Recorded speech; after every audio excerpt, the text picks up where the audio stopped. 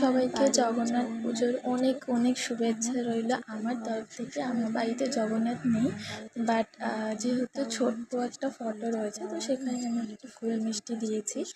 আজকে বৃহস্পতিবার, তারও একটা খুব ভালো দিন পড়েছে, দুটো পুজো একসাথে।